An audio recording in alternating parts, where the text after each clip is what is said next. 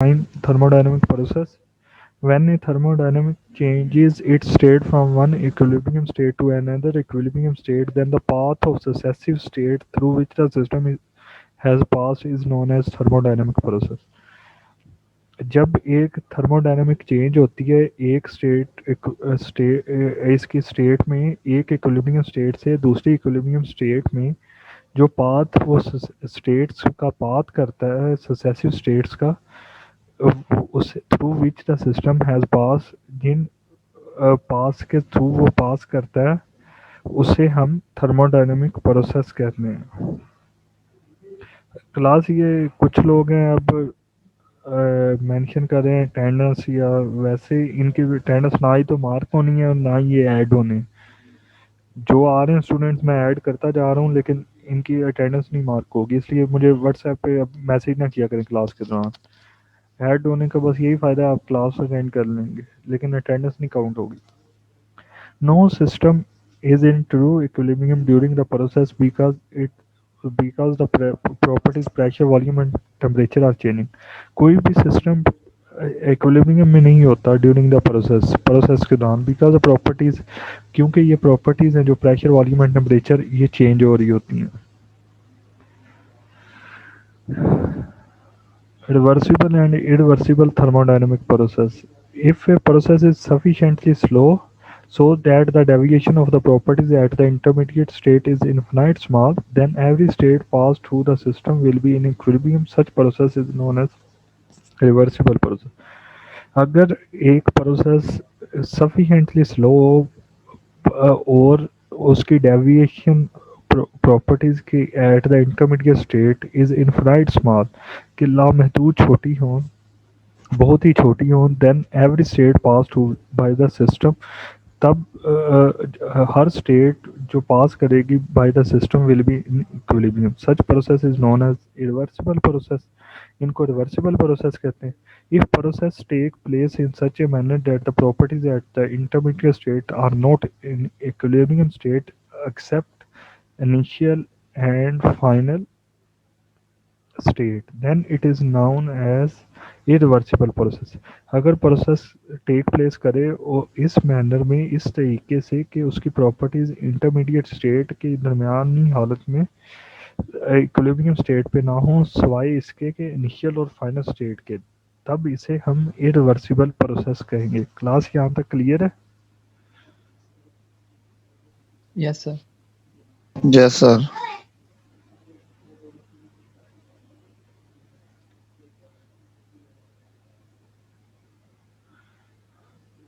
Non-flow process and flow process। Non-flow process is stated that, ये classification है thermodynamic system की। अभी हम पहले पढ़ रहे थे क्लासिफिकेशन, अभी क्लासिफिकेशन ऑफ थर्मोडायनेमिक प्रोसेस है।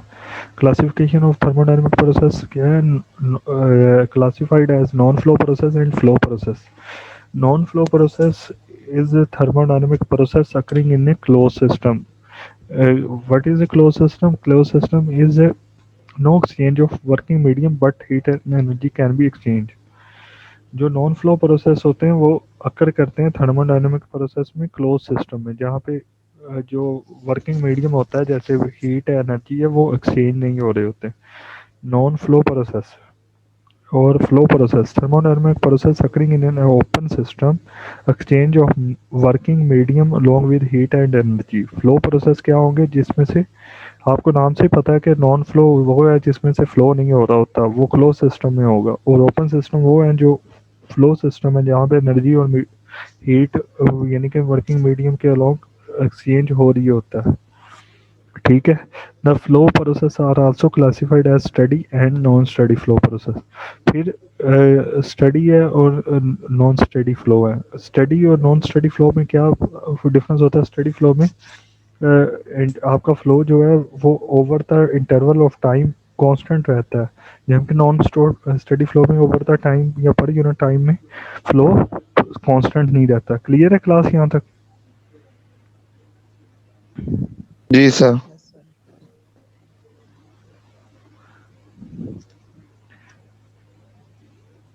अभी हम पढ़ने जा रहे हैं work done during non-flow process. Clear class? Work done during a non-flow process. Graphical representation of pressure and volume of a gas or vapor. अच्छा आप लोग ये देखें कि यहाँ पे एक पिस्टन है, ठीक है। वो पिस्टन को जब इधर को मूव करता है तो वो क्या हुआ, फोर्स इम्प्लीमेंट हुई है। वो फोर्स इम्प्लीमेंट होने से क्या हुआ है कि उसका वॉल्यूम कम हो गया है। ये देखें पहले कंटेनर में यहाँ तक वॉल्यूम था, जब आप इसे प्रेस किया तो इस इतना वॉल्यूम इसमें रह गया, ठीक है। तो क्या हुआ, पहले आपके इसके ऊपर पिस्टन के ऊपर क्या था, इस जगह पे प्रेशर भी कम था। इसी तरह से जैसे ही आपने उसे कंप्रेस किया तो उसमें क्या हुआ, प्रेशर बढ़ गया और वॉल्यूम कम हो गया।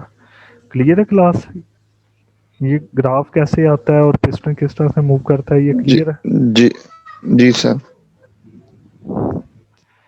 अभी हमने वर्क डन निकालना है, तो वर्क डन आपको पता है क्या होता है, मैंने आपको पहले बताया था, P into D, pressure into change in volume, यही था ना। Yes, sir. Yes. तो वर्क क्या आएगा, area under the curve. Clear है क्लास? तो graphical representation of pressure and volume of gas vapour from figure, work done is equal to W, force is equal to F, pressure is equal to P, cross section area is equal to A. Then we know that work is equal to force into displacement, but we also know that pressure is equal to force per unit area. Work is equal to pressure into area by rearranging this relationship. Clear है class? Yes, sir. Work is equal to pressure into area into displacement. We replace in this term force by using this relationship. So we can get pressure into area into displacement or diameter. Sorry, area into displacement is equal to volume. Class, is it clear? Yes, sir. Yes sir. Sir. Area under the curve on PV diagram.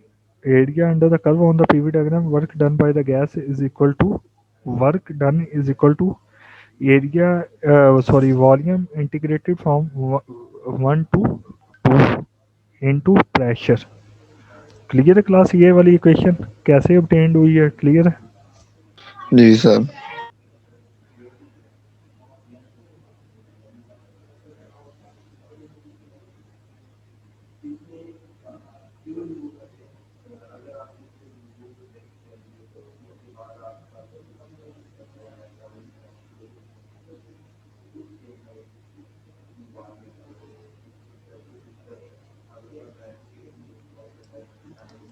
वो हमने work done during a non flow process लिख लिया, ठीक है।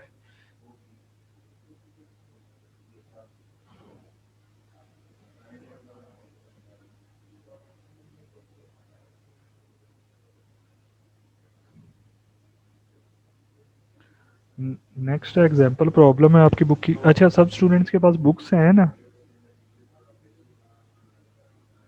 Sir, Yes, sir. first four chapter. सब students के पास books हैं? Yes, sir. Yes sir, first 4 chapter है हमारे पास।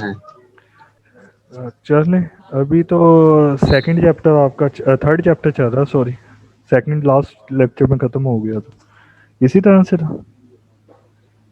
Yes, sir. चलिए एग्जाम्पल 3.1, अपने नोट्स अपने पास रखा करें, अगर इधर से कुछ नहीं क्लियर हो रहा तो आपको वहाँ से क्लियर होता जाएगा। एग्जाम्पल 3.1 क्या है, when a system is taken from state A to state B in figure 1 along the path ACB, 80 kilojoule of heat flows into the system and system does 30 kilojoule of work.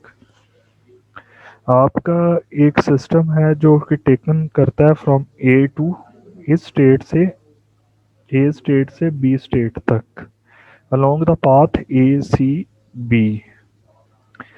80 kilojoule of heat flows into the system and 30 kilojoule of work and system does 30 joule of work. जो work obtained होता है वो 30 kilo joule है, और जो heat supply करते हैं वो कितनी है, 80 किलो जूल है। How much heat flows into the system along the path ADB if the work done is 10 kilo joule? ADB के थ्रू कितनी हीट होगी, ऑब्जॉर्व हीट थ्रू ADB हमने फाइंड आउट करनी है, जबकि वर्क ADB का कितना होगा, 10 किलो जूल। Clear class? ये क्या था, वर्क डन ड्यूरिंग ACB, और ये QACB। ठीक है, क्लियर है यहाँ तक? फर्स्ट पार्ट में हमने ये हीट फाइंड आउट करनी है ADB के दौरान। नेक्स्ट क्या है, when the system is return from the state B to state A along the curved path, the work done on the system is 20 kilo joule. Work कितना है, 20 kilo joule. और does the system absorb or liberate heat, and how much heat is absorbed or liberated? Heat during B to A हमने find out करनी है, और ये find out करना है कि ये अब्जॉर्व की है या लिबरेट की है कि एग्जॉस्ट की है। समझे क्लास?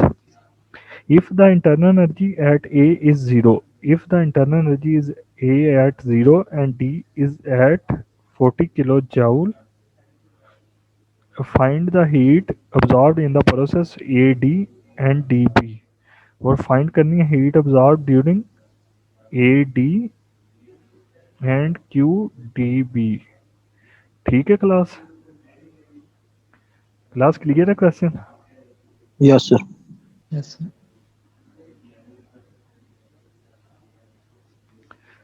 फर्स्ट पार्ट में हमें क्या गिवन था, हीट ड्यूरिंग ACB और वर्क ड्यूरिंग ACB।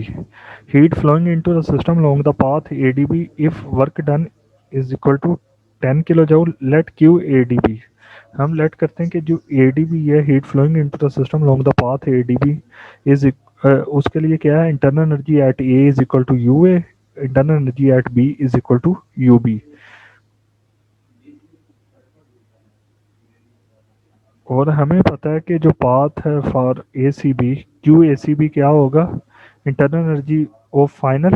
आपको पता है इंटरनल एनर्जी क्या है, पॉइंट फंक्शन है। ये क्या है, पॉइंट फंक्शन है। ये क्या है, पाथ फंक्शन है। समझे कि नहीं? पॉइंट और पाथ का पता है ना? ये यानी कि पाथ पे डिपेंडेंट नहीं थी इंटरनल एनर्जी, जबकि वर्क आपका डिपेंडेंट है। उसके बाद आपकी internal energy of B minus internal energy of A is equal to QACB minus work ACB। ये वाली इक्वेशन इधर चलेगी।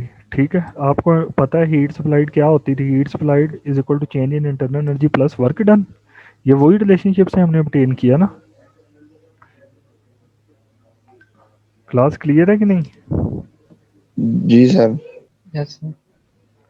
ये CR नोट करना है TT2 के। ये वजाहत अली है, मोहम्मद उमर शबीर है, अवैस उमर है, और हमाद हसन है, ठीक है। हमजा नदीम। इनके मुझे ना आपने नेम बताने हैं बाद में। ठीक है, इनको सेंस ठीक है। खत्म हो गई है सबको।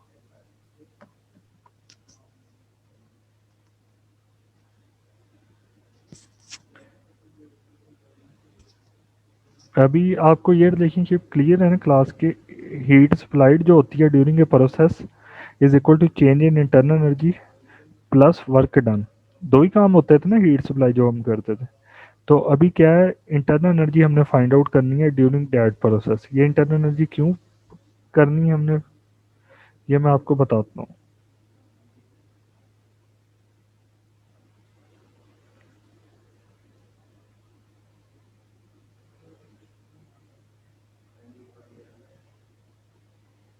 चेंज इन इंटरनल एनर्जी हम फाइंड आउट कर लेंगे, क्योंकि हीट सप्लाइड और वर्क डन हमें नाउन है। ठीक है, पता है। उसके बाद हमने पाथ ADB के लिए भी हमें पता है कि हीट सप्लाइड क्या थी। हीट सप्लाइड हमने फाइंड आउट करनी थी QADB। जो heat flowing into the system along the path ADB है। इसके दौरान हमें वर्क डन गिवन था, क्योंकि आपको पता है कि जो इंटरनल एनर्जी है वो पॉइंट फंक्शन है, ठीक है। वो फाइनल और इनिशियल स्टेट का हमें पता हो तो वो ही यूज़ होगा दूसरे पाथ के लिए, लेकिन जो वर्क है और हीट है वो पाथ डिपेंडेंट है, जबकि इंटरनल एनर्जी आपकी इंडिपेंडेंट ऑफ पाथ है, ये पॉइंट फंक्शन है। तो इस वजह से हमने ये you B minus U A की वैल्यू जो फाइंड आउट की है वो हम इधर रिप्लेस कर देंगे, और work done during this process हमें गिवन था तो हीट सप्लाइड हम फाइंड आउट कर लेंगे। क्लियर है क्लास? Yes sir. Yes. जी सर जी।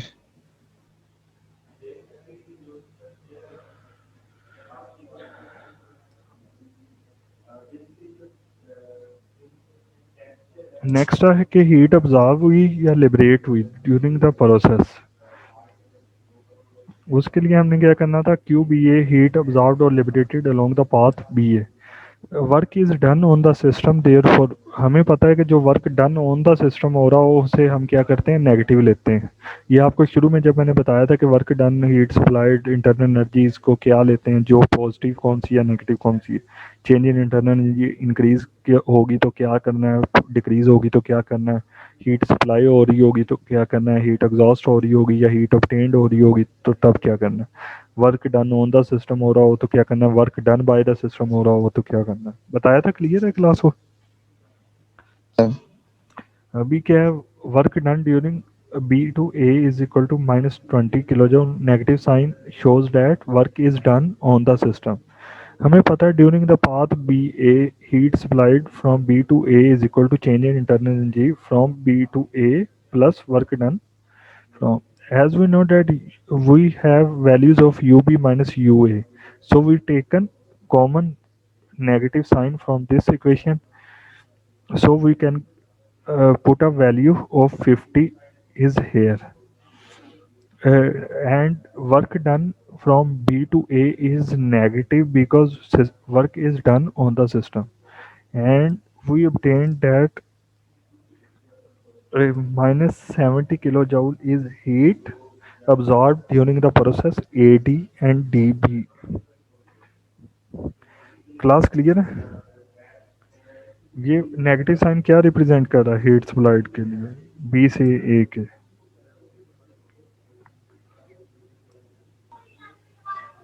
सर इसका मतलब ये है कि हीट हीट हुई है, हीट सिस्टम पर की गई है हीट। नहीं, ये हीट अब्जॉर्ब हुई है कि हीट एग्जॉस्ट हुई है, लिबरेट हुई है? सर हीट अब्जॉर्ब हुई है सर। ये आपकी असाइनमेंट है, ये आप लोगों ने अपना पिछला लेक्चर रिवाइज करके देखना है कि ये क्या था, ठीक है। Yes sir.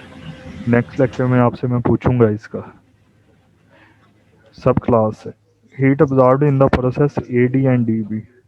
जो हीट अब्जॉर्ब हुई है प्रोसेस ए डी और डी में बी में, वो किस तरह से फाइंड आउट करनी है, वो हम कहते हैं कि heat absorb during the process A D and heat absorb process in the D B. इधर डी बी आना, ये मिस्टेक है typing. Internal energy at A is equal to 0 given है, internal energy at D is equal to 40 kilo joule, we know that is given in the equation. Since the work done along the path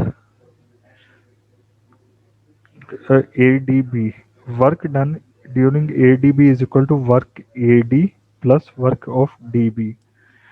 We already know that the process TB is a constant volume process. आपने उसमें देखा है कि DB के दौरान volume process नहीं change हो रहा, कांस्टेंट वॉल्यूम है। तो हम वर्क डन क्या होगा जब वॉल्यूम ही चेंज नहीं हो रहा? क्लास बताएं। तो प्रेशर के सारे इक्वल होगा, जो भी प्रेशर होगा बस जीरो होगा, जीरो जीरो जीरो होगा जीरो सर, जीरो जीरो। होगा। ठीक है, clear. Work done during the process A D. अब हमारा जो work done during the process A D है उसी के इक्वल आपका work done A D B होगा। क्लियर है क्लास? तो work A D B Yes, sir. Is equal to work during A D आ जाएगा। अभी हमने हीट फाइंड आउट करनी है during A D, U D minus U A plus W A D 40 minus 0 plus 10, तो 50 kilo joule आ जाएगी। ये कैसे आएगी, U D minus U A आप फाइंड आउट कर चुके हैं कि यूडी पे क्या है, आपको गिवन था कि इंटरनल एनर्जी एट डी क्या है 40 किलो जूल और इंटरनल एनर्जी एट ए क्या है 0 किलो जूल। तो work done during A D भी आपको गिवन था, तो इससे आपने क्या किया, heat supplied during A D find out कर ली।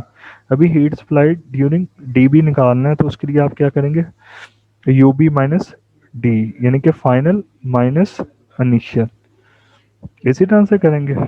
और work done during that process, तो आपके पास heat supply during that process find out हो जाएगी। क्लियर है class? Yes, sir. Yes, sir. Yes, sir.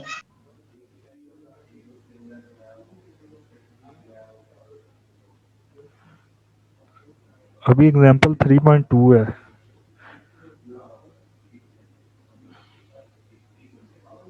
आप ऐसा करें 2 मिनट के अंदर अंदर दोबारा से ज्वाइन करें, ये सेशन एंड हो रहा है, दरमियान में ड्रॉप हो जाएगा, ठीक है? Okay, sir. 8 से 3.2 example 3.2 stated that a fluid is confined in a cylinder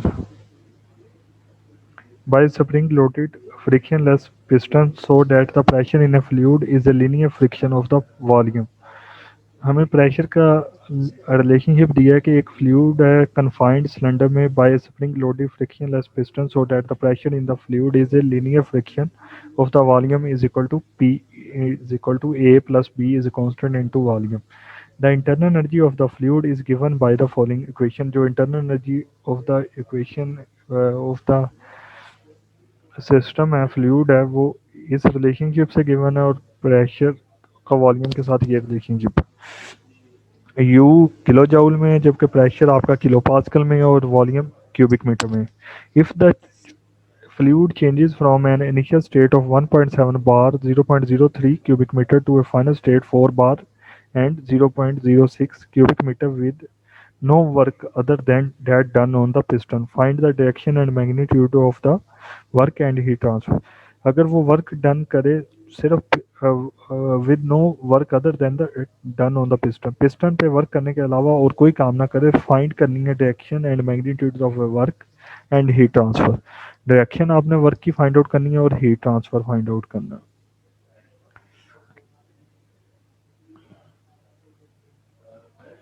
इसमें आपको गिवन क्या है, गिवन डाटा आपको मैंने बताया कि प्रेशर का रिलेशनशिप वॉल्यूम के साथ दिया हुआ है, इंटरनल एनर्जी के साथ दिया हुआ है, और pressure at initial state, volume at initial state, pressure at final state, volume at final state आपको गिवन है।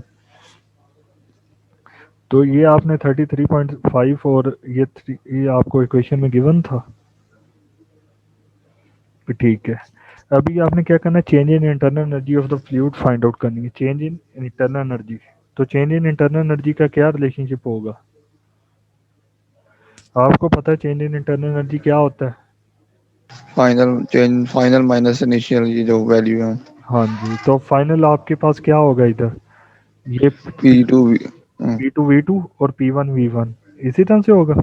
तो आपके जी पास सर। P2 की वैल्यू भी दी है, V2 की भी, P1 की भी और V1 की भी, तो आप फाइंड आउट कर लेंगे इंटरनल एनर्जी। क्लास क्लियर है कि नहीं? जी सर। आपके पास सर अगर वैल्यूज दी हैं तो फिर कर लो। गिवन है ना, आप किधर है, प्रेजेंट नहीं है क्लास में? अभी हमें पता है pressure is equal to A plus B into V. तो प्रेशर क्या था, A plus B into V. तो हमें इधर क्या है, फाइंड करनी है for the initial state of fluid, pressure ये था और वॉल्यूम V1 ये था। अभी ए बी अननोन है और फाइनल स्टेट के लिए भी आपके पास प्रेशर और फाइनल वॉल्यूम गिवन था, तो ए बी इधर भी अननोन है। तो दो इक्वेशन से आप ए और बी को फाइंड आउट कर लेंगे।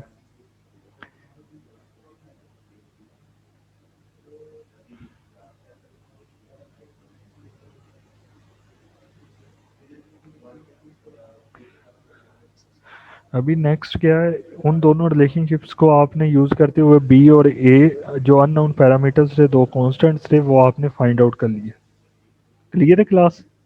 ये वाले दोनों फाइंड आउट हो जाएंगे ना, जो दो इक्वेशंस लिखी थी। यस सर, साइमल्टेनियस इक्वेशन से करके हम कल हो जाएंगे। ठीक है, अभी आपको वर्क ट्रांसफर का रिलेशनशिप बताया था, work done during non flow process बताया था। Pressure into change in volume ही होता है ना, ये यस सर। पी को रिप्लेस कर दिया ए प्लस बी वी, यही था प्रेशर का रिलेशनशिप गिवन। क्लास क्लियर है? Yes sir. Yes sir. अब आपको इंटीग्रेशन का पता होगा, मैथमेटिक्स में आपने सेकंड ईयर में पढ़ी होगी इंटीग्रेशन और डेरिवेशन किस तरह से करते हैं। तो इंटीग्रेट जब यस सर। इसको विद रिस्पेक्ट टू वॉल्यूम आप इंटीग्रेट करेंगे तो ये रिलेशनशिप आ जाएगा। सही है, कर लेंगे इंटीग्रेशन। Yes sir. सर पढ़ते हैं दोबारा मैथ। अगर नहीं पढ़ना तो आपकी मर्जी है, मैंने आपको बता दिया ये इंटीग्रेशन से आया है, किस तरह से आया है ये आपको पता होना चाहिए। ठीक है, अगर नहीं किया तो ये इंटीग्रेशन का ये वाला रिलेशनशिप आप दोबारा से देखेंगे इसको किस तरह से सॉल्व कर। क्लियर है क्लास? इसके बाद आपको वॉल्यूम एट स्टेट 2 पता है, वॉल्यूम एट स्टेट 1 भी पता है। ठीक है, ए और बी भी आपने ये इन रिलेशनशिप से जब दोनों इक्वेशंस को सॉल्व आउट किया तो फाइंड आउट कर लिया। इससे आपके पास क्या आएगा, work transfer during the process आ जाएगा। क्लियर है क्लास? अभी हीट ट्रांसफर आपको पता है क्या होती है, change in internal energy plus work done. तो आपके पास इधर से वर्क डन आ जाएगा और चेंज इन इंटरनल एनर्जी कहाँ से आएगी, पिछली स्लाइड में हमने change in internal energy find out की है। ठीक है, वो आप पुटअप करेंगे तो आपके पास हीट ट्रांसफर आ जाएगा।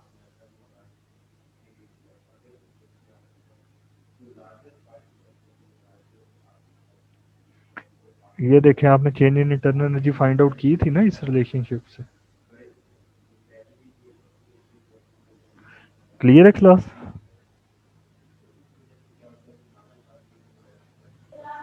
Yes sir.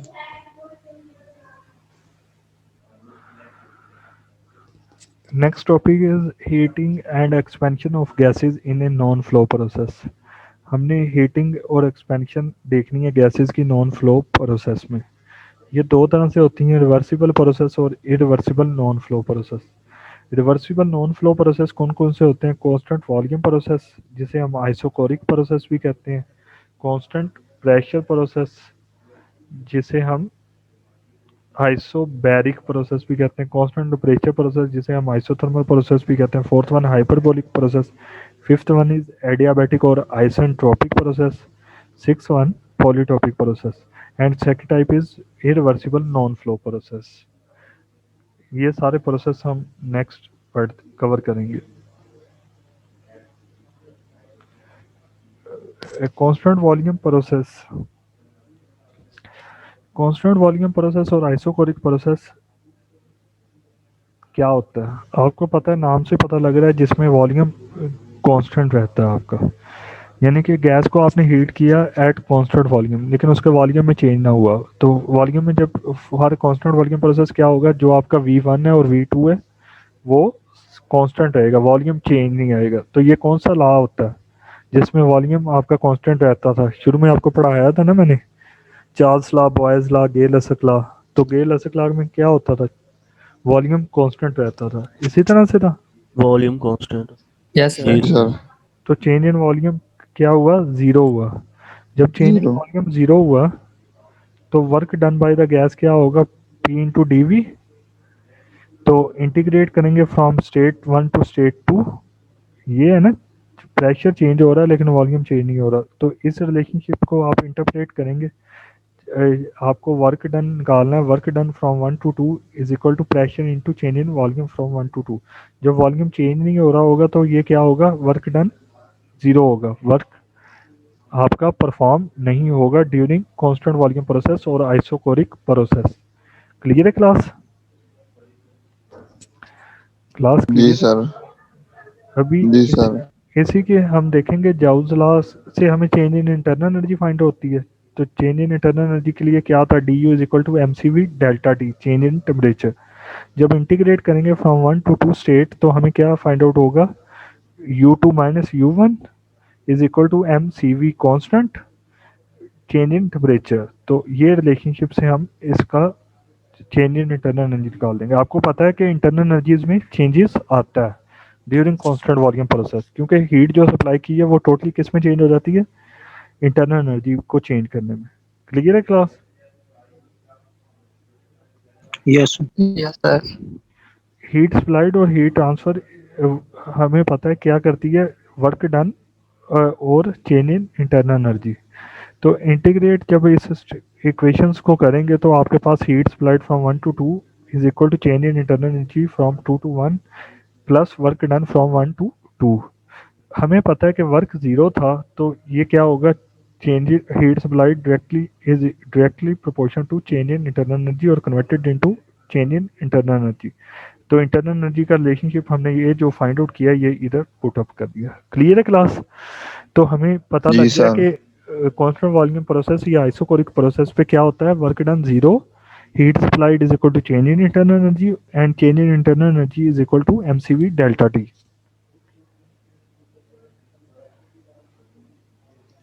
क्लास क्लियर है ये यहाँ तक? जी सर। ज्यादा Yes, मुश्किल तो नहीं है? No, sir. अभी हमने इंथाल्पी भी पढ़ा था, अभी चेंज इन enthalpy during constant volume process और आइसोकोरिक प्रोसेस हम पढ़ेंगे क्या होता है। आपको पता है चेंज इन इंथाल्पी क्या था, change in internal energy plus work done था ना। Yes, उसी को आपने जब इंटीग्रेट किया तो ये वाला रिलेशनशिप आ गया आपके पास। जी ठीक है, अभी जी। आपने ये पढ़ा PV1 is equal to MRT1, PV2 is equal to MRT2। General gas equation पढ़ी थी ना? Yes, sir. ये आप रिप्लेस जब करेंगे तो सारी टर्म्स आपके पास क्या होंगी, टेम्परेचर की टर्म्स में रिप्लेस हो जाएंगी। क्लियर है क्लास? इसी तरह से है ना ये। सर ये बिल्कुल वो derivation and CP minus CV की जैसे हमने पहले बताई थी हमें। H2 माइनस H1 क्या होगा, MT2 माइनस T1। इधर क्या किया आपने, CV प्लस R लिख दिया, CV प्लस R को कॉमन ले लिया, यानी कि M दोनों में कॉमन है और T2 minus T1, M into T2 minus T1 common लेंगे तो आपके पास पीछे क्या बचेगा, CV प्लस R।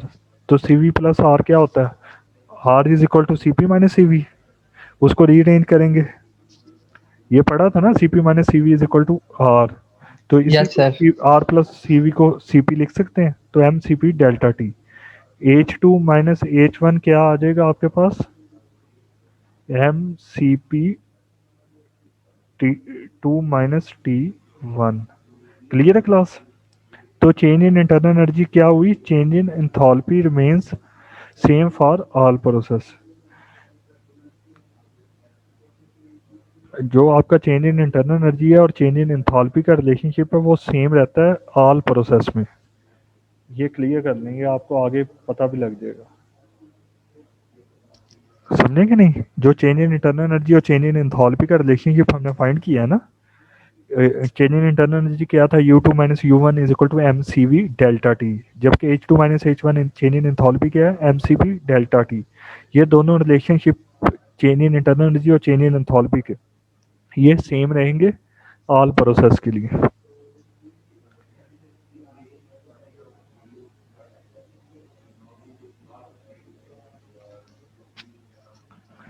अभी हम इसकी एक एग्जांपल देखते हैं कि एक सर्टेन गैस है जो कि ऑक्यूपाई कर रही है space of 0.3 cubic metre at a pressure of 2 bar and temperature of 77 degree Celsius. It is heated at constant volume until the pressure is 7 bar. इसे हीट किया जाता है कांस्टेंट वॉल्यूम पे until the pressure is 7 bar, कि तब तक जब तक कि इसका 7 बार प्रेशर ना हो जाए। डिटरमाइन करना है temperature at the end of the process, और टेम्परेचर हमें मेजर करना है या एंड ऑफ प्रोसेस क्या होता है, और मास ऑफ गैस। तो अज्यूम करें कि CP CV and R is equal to,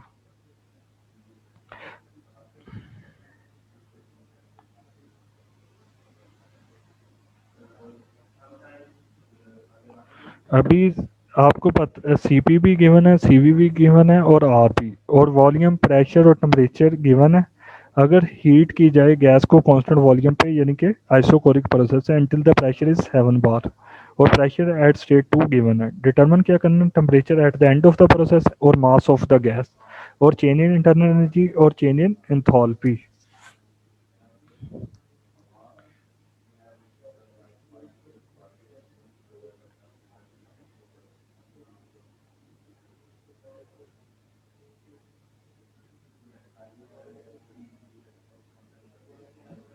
तो अभी क्या है, volume at one, pressure at one, temperature at one, pressure at two, CP, CV and R is known. We have to find out temperature at the end of process. तो temperature at the end of process क्या होंगे, T2 is equal to, आपको पता है volume constant है तो volume आपस में, उसका इफेक्ट आपस में कैंसिल आउट हो जाएगा इसी तरह से क्लास। तो टेम्परेचर आप इस रिलेशनशिप से फाइंड आउट कर लेंगे eight the end of the state. Class 7 है मैंने। Yes sir. तो यस सर, कर लेंगे। मास ऑफ द गैस किस तरह से आता है आपको पता है, ये जनरल गैस इक्वेशन है। आपके पास P1 भी पता है, V1 भी पता है और RT भी पता है, ठीक है। तो T अभी हमने आपको गिवन था T1, तो आपने इस रिलेशनशिप को यूज करते हुए mass of the gas find out कर लेंगे।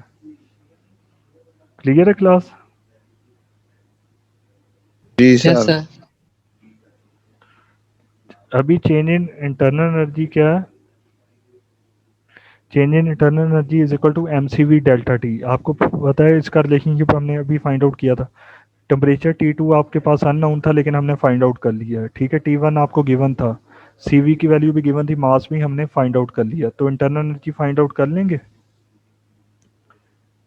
क्लास क्लियर है? जी सर। इसी तरह से इंथॉल्पी भी इसी रिलेशनशिप में, CV को CP से रिप्लेस कर देंगे तो चेंज इन इंथॉल्पी भी आप फाइंड आउट कर लेंगे। क्लियर है class? Yes, sir.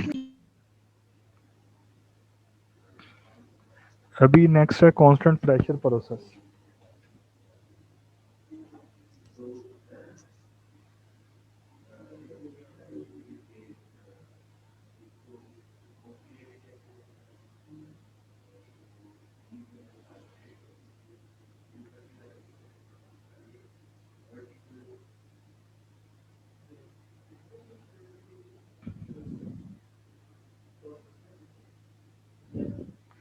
Constant pressure process क्या होता है, जिसमें प्रेशर आपका कांस्टेंट रहता है, ठीक है।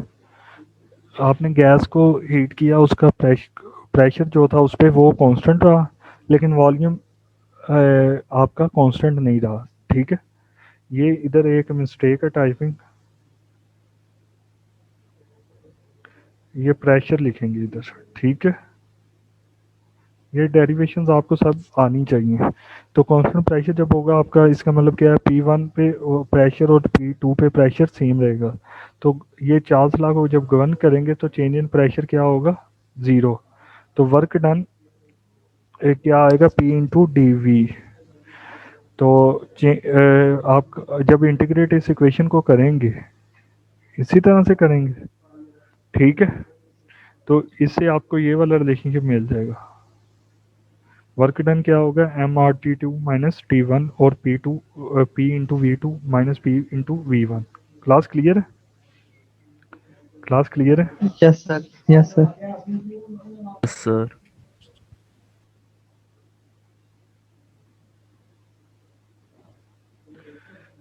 आपको मैंने शुरू में बता दिया था कि जो चेंज इन इंटरनल एनर्जी है और चेंज इन एंथैल्पी है उसका रिलेशनशिप सेम रहेगा, ठीक है। वो आप फाइंड आउट भी कर सकते हैं अगर करना चाहें तो, आप पुट अप करके उसी तरीके से इसको भी ड्राइव करके देख लें, बेशक आपको पता लग जाएगा कि ये सेम रहता है कि नहीं रहता। Clear class? अभी हीट सप्लाइड और हीट ट्रांसफर हम देखेंगे। हीट सप्लाइड में क्या होता है, heat supplied is equal to change in internal energy plus change in work perform during a process. जब इंटीग्रेट करेंगे तो आपके पास ये इक्वेशन आ जाएगी। Change in internal energy similar आप पुट कर देंगे और वर्क डन जो अभी हमने पिछले स्लाइड में फाइंड आउट किया वो पुट अप करेंगे। इसे सिंप्लीफाई करेंगे उस तो mcp डेल्टा टी के इक्वल आ जाएगा। जो हीट सप्लाई की है वो क्या है, mcp डेल्टा टी।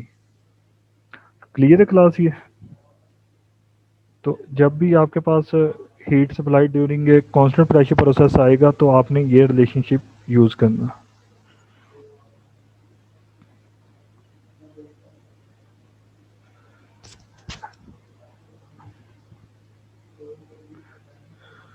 अभी क्या है, gas cooled at a constant pressure to a given compression, work done on the gas. तो वर्क डन क्या आएगा, PV1 minus PV2 is equal to MT1 minus T2, और इस पे क्या होगी, डिक्रीज हो जाएगी इंटरनल एनर्जी पे, MCV T1 माइनस T2 हो जाएगा, और heat rejected by the gas हो जाएगी, तो हीट क्या होगी, T1 माइनस T2। ये T1 minus T2 T1 minus T2 क्यों किया, क्योंकि हमें पता है जब भी कंप्रेशन हो रही होगी, गैस कूलिंग हो रही होगी कांस्टेंट प्रेशर पे, तब क्या होगा, वर्क गैस पे हो रहा होगा, और डिक्रीज हो रही होगी इंटरनल एनर्जी पे, हीट रिजेक्ट हो रही होगी। क्लियर है क्लास? पहले क्या कर रहे थे, work done on the gas, work done by the gas हो रहा था, अभी क्या work done on the gas हो रहा है, जैसा कि हमारे रेफ्रिजरेटर सिस्टम्स में होता है ड्यूरिंग एक्सपेंशन और हीटिंग प्रोसेस। लेकिन ड्यूरिंग हीटिंग और हीटिंग या एक्सपेंशन प्रोसेस में क्या होता है, work done by the gas, internal energy gas increase and heat supplied to the gas, all terms are taken as positive for expansion, all terms are taken as negative for compression and vice versa of expansion. Clear है class? कि हमने expansion के दौरान हमेशा सारी terms को positive लेना है, जबकि कंप्रेशन के दौरान नेगेटिव लेना है। अगर वो भी रिलेशनशिप्स आप यूज़ करेंगे तो आंसर सेम आएंगे। अगर आप ये इस तरह से रिलेशनशिप्स को नहीं लिखना चाहते, वो पीछे जो ड्राइव किए हैं रिलेशनशिप्स उन्हीं को यूज़ कर सकते हैं, लेकिन आपको फिर इस तरह से मेंशन करना होगा कि ये टर्म्स में, ये देखें इधर जब नेगेटिव लिखेंगे, हीट सप्लाइड नेगेटिव, तो ये ऑटोमेटिकली वही चीज़ आ जाएगी। क्लियर है क्लास? यहाँ पे अगर आप नेगेटिव लिख दें तो वही बात होगी। क्लास क्लियर है? Yes, sir. Yes, sir.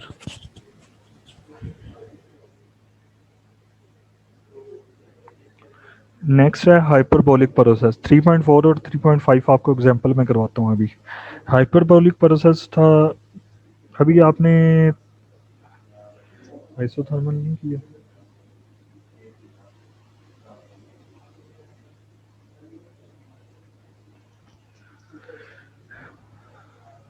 Hyperbolic process क्या है? A process in which gas is heated or expanded in such a way that the product of pressure and volume remains constant, governed by Boyle's law. Practical application is isothermal process. आपको पता है कि Boyle's law में क्या होता था, pressure और volume का क्या रहता है, कांस्टेंट रहेगा। जो चेंज है प्रेशर और वॉल्यूम का प्रोडक्ट है, जहाँ पे वॉल्यूम कम हो रहा होगा वहाँ पे प्रेशर बढ़ रहा होगा, जहाँ पे प्रेशर कम हो रहा होगा वहाँ पे वॉल्यूम बढ़ रहा होगा। क्लियर है क्लास? तो लेकिन इनका प्रोडक्ट जो है वो सेम रहेगा। तो a process in which gas is heated और एक्सपेंडेड इन सच ए वे, किसी भी गैस को इस तरह से हीट या एक्सपेंड किया जाए कि उसका प्रोडक्ट है जो प्रेशर और वॉल्यूम का वो कांस्टेंट रहे, तो उसे हम हाइपरबोलिक प्रोसेस कहते हैं। ये गवर्नड होता है बॉयल्स लॉ से, और इसकी प्रैक्टिकल एप्लीकेशन है आइसोथर्मल प्रोसेस। क्लास क्लियर है? Yes, sir. Yes, sir. Yes, sir. Isothermal या कांस्टेंट टेम्परेचर प्रोसेस क्या होता है, उसमें क्या होता है, no change in temperature so change in internal energy and enthalpy is zero. जब आपको पता है टेम्परेचर ही चेंज नहीं हो रहा होगा तो उसमें डेफिनेटली क्या होगा, इंटरनल एनर्जी और एंथैल्पी जीरो होगी। ऐसे ही है ना? Zero होगी। यस सर, क्योंकि चेंज इन टेम्परेचर है Yes, इसलिए। वो जो हीट सप्लाइड है वो डायरेक्टली प्रोपोर्शन होगी या डायरेक्टली इक्विवेलेंट टू होगी वर्क डन के। इसी तरह से Yes, sir. तो वर्क इस डन तरह क्या होता है, pressure into change in volume. तो हम इस इक्वेशन को इंटीग्रेट करेंगे। ठीक है, क्लास क्लियर है? तो Yes. आपको आपको पता है expansion of gas is isothermal, so we can rewrite it as PV is equal to P1 V1 is equal to constant, putting the values of P in work relationship. अगर हम values को P की put करें work relationship पे तो हम इस तरह से लिख सकते हैं। इससे क्या होगा, आपका ये जो P1 V1 है ये क्या है, कांस्टेंट एट स्टेट 1। तो जब आप इसको इंटरप्रेट करेंगे वर्क की इक्वेशन को, तो आपके पास ये इक्वेशन आएगी 2.3 P1 V1 into log of V2 over V1। Class clear है? V2 ओवर V1 क्या है, आपकी एक्सपेंशन और कंप्रेशन रेशियो है। ये इधर V2 ओवर V1 क्या है, एक्सपेंशन रेशियो है। R किसको रिप्रेजेंट करता है, इसे एक्सपेंशन रेशियो भी कहते हैं। ठीक है, ये क्यों किया है बताएं क्लास? जी सर। ये देखें आपको क्या कहा, expansion of gas is isothermal, so PV is equal to P1 V1 is equal to constant. Clear है क्लास? हम जी इसी को सर। रीनेम करके P is equal to P1 V1 over V लिख सकते हैं, लिख सकते हैं Yes, ना? sir. Yes, sir. तो जब आप लोग इसको इक्वेशन को यहाँ पे पुट करेंगे, यही करेंगे ना इंटीग्रेशन के लिए, ठीक है? आपको पता है P1 V1 Yes, क्या sir. था, P1 V1 तो कांस्टेंट था, इसी तरह से था ना। तो P1 V1 आप कॉमन ले लेंगे और V को आप डेरिवेट इंटीग्रेट करेंगे, सही है। 1/V की इंटीग्रेशन क्या होगी, log of E V V2 V1 V1 to V2, सही है। तो यही इक्वेशन को, ये P1 V1 तो कांस्टेंट है, log ऑफ इसको जब आप ओपन करेंगे तो वो क्या होगा, log of E into logarithm of E to E की base into V2 over V1। Clear है क्लास ये वाला रिलेशनशिप? इसी को अगर logarithm बेस 10 में लेके जाना हो तो हम क्या करेंगे, आपको पता है जब ये E की बेस को ख़त्म करते हैं तो 2.3 से मल्टीप्लाई कर देते हैं। क्लियर है क्लास? तो ये 2.3 P1 V1 log into V2 over V1 बन गया। जो ये V2 ओवर V1 है ना, इसे हम R भी लिखते हैं। ये क्या होती है, एक्सपेंशन रेशियो, ठीक है? क्लास क्लियर है? Yes, sir. अभी sir. आपको पता है P1 V1 क्या होता था, MRT1, तो ये इधर लिख सकते हैं MRT। क्लास क्लियर है कि नहीं? क्योंकि आपको Yes, पता sir, है कि T1 इधर क्यों नहीं लिखा, क्योंकि आपको पता है कि T1 और T2 बराबर है जो भी हो, तो इसलिए हम सिंपलीफाई फॉर्म में T1 T लिख सकते हैं। तो work done during a process from 1 to 2 is equal to 2.3 MRT log into V2 over V1 और log ऑफ R। क्लियर है क्लास? क्लास क्लियर है? Yes, sir. Yes sir.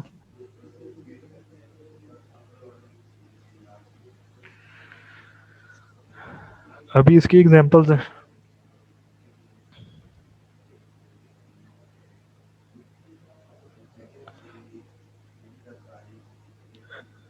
Example 3.6 देखें आप क्या है।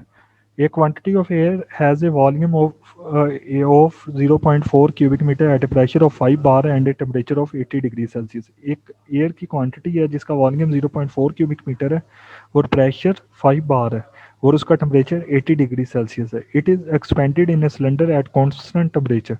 इसको एक्सपेंड किया जाता है सिलेंडर पे कॉन्स्टेंट टेम्परेचर पे टू ए प्रेशर ऑफ 1 बार के प्रेशर पे। Determine the amount of work done by the air during expansion. आपको पता है इनिशियल प्रेशर और वॉल्यूम क्या था, टेम्परेचर कांस्टेंट रहना है, तो फाइनल प्रेशर क्या था। हमें पता है volume of air at the end of expansion हमने फाइंड आउट करना है, ठीक है?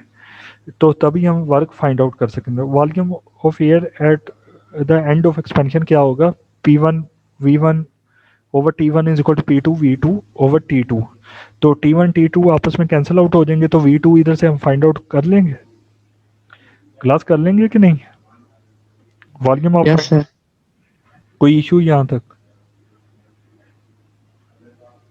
क्लास ये वाला रिलेशनशिप यूज करते हुए, क्योंकि आपको पता है T1 और T2 कैंसिल आउट हो जाएंगे आपस में, ठीक है? तो P1 V1 ओवर P2 ये इधर जाके डिवाइड हो जाएगा। क्लियर है class? Yes, sir. Clear. Yes sir, हो जाएगा। एक्सपेंशन रेशियो आपको पता है R क्या होती है, V2 over V1। Class clear है? Yes R is sir. Equal to V2 over V1। ये हम फाइंड जी। आउट कर लेंगे, ये R इधर पुट अप कर देंगे। P1 V1 हमें नाउन है, तो work done during air expansion process आपके पास फाइंड आउट हो जाएगा। क्लियर है class? Yes, sir. Next example है 3.7 0.1 cubic meter of air at a pressure of 1.5 bar is expanded isothermally to 0.5 cubic meter। Air का initial volume और pressure given है, air का final volume given है, isothermally expand कर रही है, calculate क्या करना है, final pressure of the gas, P2 find out करना है, heat supplied during the process, और हीट सप्लाइड उसी तरह से वही रिलेशनशिप को यूज करते हुए आप प्रेशर फाइंड आउट कर लेंगे। क्लियर है क्लास? आपको इनिशियल वॉल्यूम, इनिशियल प्रेशर और फाइनल वॉल्यूम गिवन है, तो आप फाइनल प्रेशर फाइंड आउट कर लेंगे। क्लियर है क्लास? Yes, sir.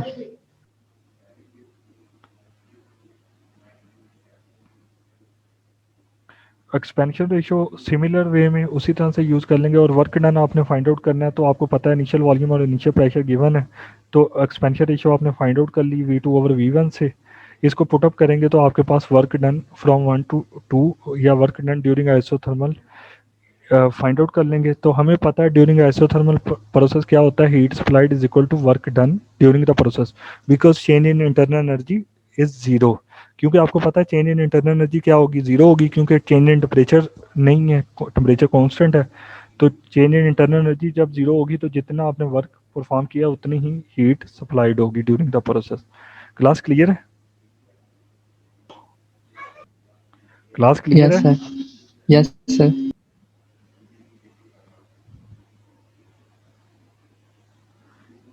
अच्छा, 3.4 एग्जांपल देखें। इसमें क्या है, value of specific heat at constant pressure and constant volume for an ideal gas are. हमें Cp और Cv की वैल्यूज दी हैं, specific heat at constant pressure and specific heat at constant volume. Find क्या करना है, characteristic gas constant R find out करना है, सी है, और ratio of specific heat for the gas find out करनी है। नेक्स्ट क्या है, if 1 kg of this gas is heated at constant pressure from 25 degree Celsius to 200 degree Celsius. Mass of gas दिया हुआ है 1 kg, और आपको इनिशियल प्रेशर और सॉरी इनिशियल टेम्परेचर और इनिशियल फाइनल टेम्परेचर आपको गिवन है। एस्टिमेट क्या करना, आपने heat added, estimate the heat added, यानी कि heat added during the process, ideal work done and change in internal energy, U2 minus U1, W from 1 to 2, heat added during the process Q1 to 2. Also calculate the pressure and final volume P2 and V2 if the initial volume was 2 cubic meter। हमें ये data सारा given है, Cp minus Cv करके हम R find out कर लेंगे, T1 T2 given है, V1 given है, तो R is equal to Cp minus Cv। Second is ratio of specific heat, gamma is equal to Cp over Cv। Class यहाँ तक clear है? ये यूज करते हुए relationship gas constant find out कर लेंगे, Cp भी गिवन है और Cv भी, Cp और Cv को यूज करते हुए स्पेसिफिक हीट की रेशियो फाइंड आउट कर लेंगे। इसी तरह से क्लास क्लियर है कि नहीं?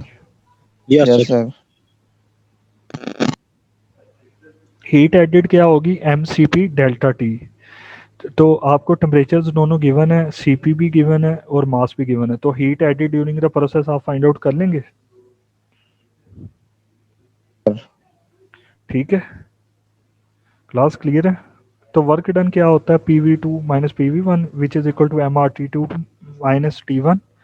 मास आपके पास गिवन है, R आपने फाइंड आउट कर लिया, टेम्परेचर्स आपको गिवन थे, तो आप work done during the process निकाल लेंगे। क्लास फाइंड आउट कर लेंगे कि नहीं? Yes, sir. Change in internal energy क्या होता है, change in internal energy is equal to U2 minus U1 which is equal to mCv delta T. Again, by substituting the values of Cv, T2 and T1, we can obtain a change in internal energy। Clear है class? Class clear है? Yes, sir. Yes, sir.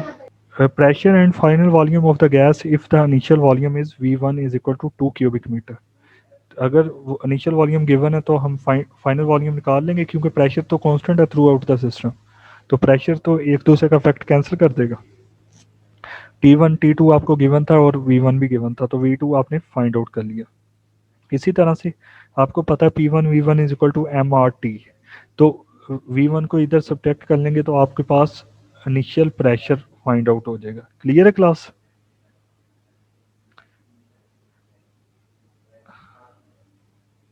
Initial pressure find out हो जाएगा ना? Yes, sir. तो final pressure कैसे आप find out करेंगे? Sir इसमें प्रेशर सेम है तो जो इनिशियल होगा वही फाइनल होगा। बस ये देखना था कि एक्टिव भी हो कि नहीं। अभी ये last numerical, a quantity of gas has a volume of 0.14 cubic meter। एक क्वांटिटी है गैस की, उसका वॉल्यूम है 0.14 cubic metre, pressure 1.5 bar and temperature of 100 degree Celsius. Initial volume, initial pressure and initial temperature given है। If a gas is compressed at a constant pressure, अगर gas constant pressure पे compress हो रही है तो इसका मतलब क्या है, P1 is equal to P2 until its volume becomes, उसका वॉल्यूम फाइनल वॉल्यूम दिया हुआ है V2। डिटरमिन क्या करना है, T2 eight the end of compression, temperature at the end of compression, work done in compressing the gas, work done आपने find out करना है, decrease in internal energy find out करनी है, heat and fourth one is heat given out by the gas, और heat during the process कितनी use हुई gas में वो आपने find. Cp Cv R is given, V1 P1 T1 V2 Cp Cv R is given। Clear है class data? जी sir. अभी आपने क्या करना है, temperature at the end of compression देखना है, तो आपको पता प्रेशर कांस्टेंट है तो प्रेशर कैंसिल इफेक्ट कर देगा और टेम्परेचर आपको फाइंड आउट हो जाएगा इस रिलेशनशिप से। क्लियर है क्लास? तो work done during the compression of the gas, आपको पता है कि वर्क डन जब हो रहा होता है कंप्रेशन में वो क्या होता है, नेगेटिव होता है, तो वो अंडरस्टूड है। तो इसके लिए हमने क्या किया, ये देखें V1 माइनस V2 लिया रिलेशनशिप, या नेगेटिव साइन आना था इसके साथ अगर वो V2 माइनस V1 करते, बात वही है, ठीक है, क्योंकि हमें क्वेश्चन में गिवन है कंप्रेसिंग ऑफ द गैस, तो हमने यही रिलेशनशिप यूज करना है। तो प्रेशर आपको गिवन था V1 और V2, volume at initial state and final state पता है, तो work done during the process आप फाइंड आउट कर लेंगे। मास ऑफ द गैस के लिए आपको पता है P1 V1 is equal to mRT, तो इस रिलेशनशिप को यूज करते हुए आप मास of the gas find out कर सकते हैं। क्लियर है class? Yes sir. Yes, sir. ये डिक्रीज इन इंटरनल एनर्जी के लिए भी वही रिलेशनशिप यूज करना है, और heat given out by the gas भी, हीट गिवन आउट